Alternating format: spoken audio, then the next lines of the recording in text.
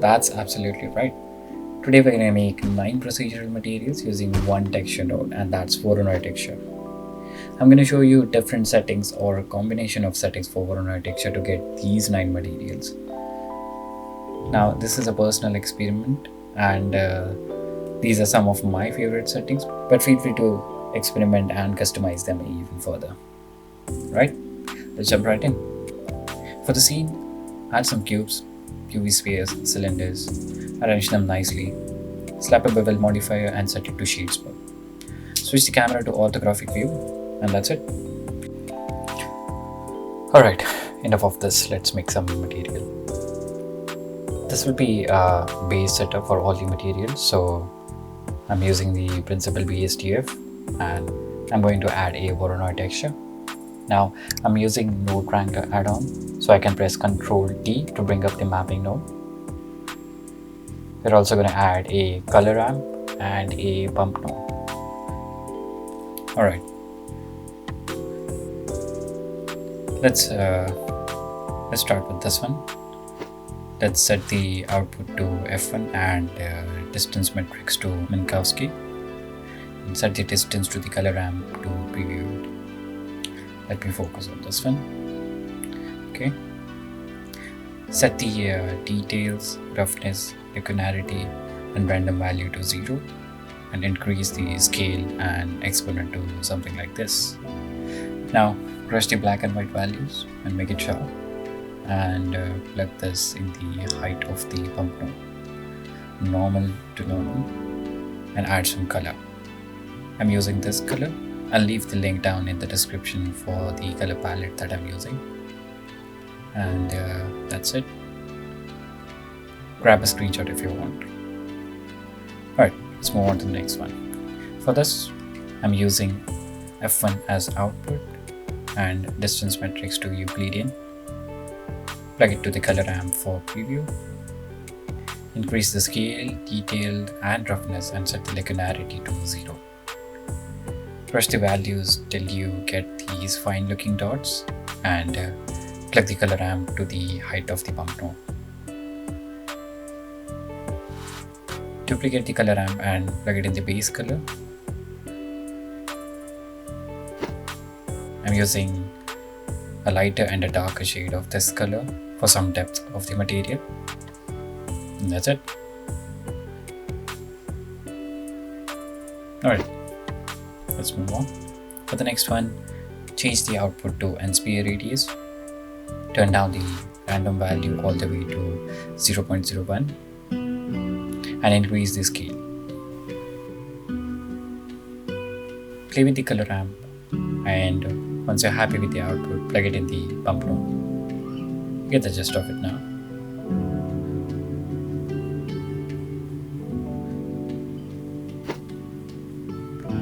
Add some color. I'm using this one, and we are done. For the next one, set the output to distance to edge, bring down the scale and linearity, and increase the detail. Plug the color ramp and bring the white value as close to the black as possible till you get the sharp looking lines. Now plug the bump node and turn on the normalize on the texture node. This should make the texture more sharper. Add some color, and we are done.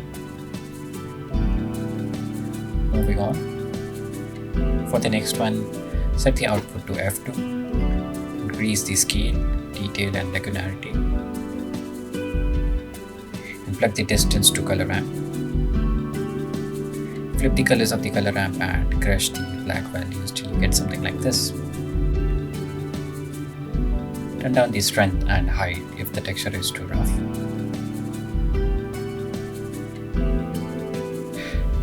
For the color, I have duplicated the color ramp and added a lighter and a darker shade of this color to give the texture more depth.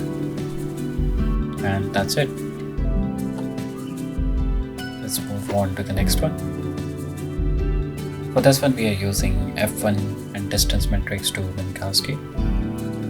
Increase the scale, detail, and linearity, and set the exponent value to 0.1. Now plug the color of the texture node to color ramp and set the color ramp to constant.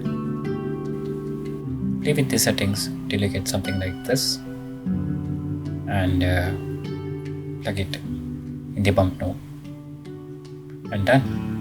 I'm using the same technique for the color here, so duplicate the color ramp and add a lighter and a darker shade of this color.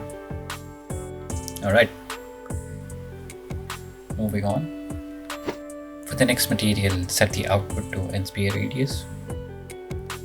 Increase the scale way up to something like this and plug it in the color ramp. Adjust the black and white and send it through the bump node. Similar thing for the color. Duplicate the color ramp and add a light and a dark shade of the color.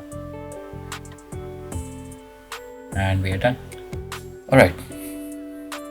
For this one, set the output to F2. Decrease the scale down to maybe 0.2 or 0.5. Set the linearity to 1.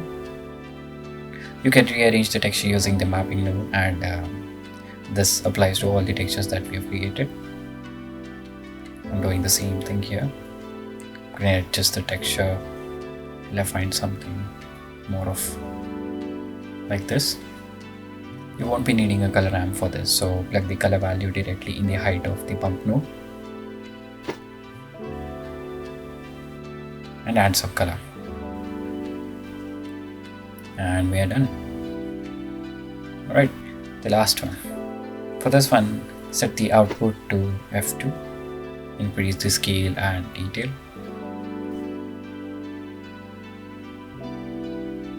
Set the random value to 0. Plug the color output to the color ramp. Now play with the color ramp to get a nice fall off like this. Duplicate the color ramp and add a light and dark shade of this color. And we are done.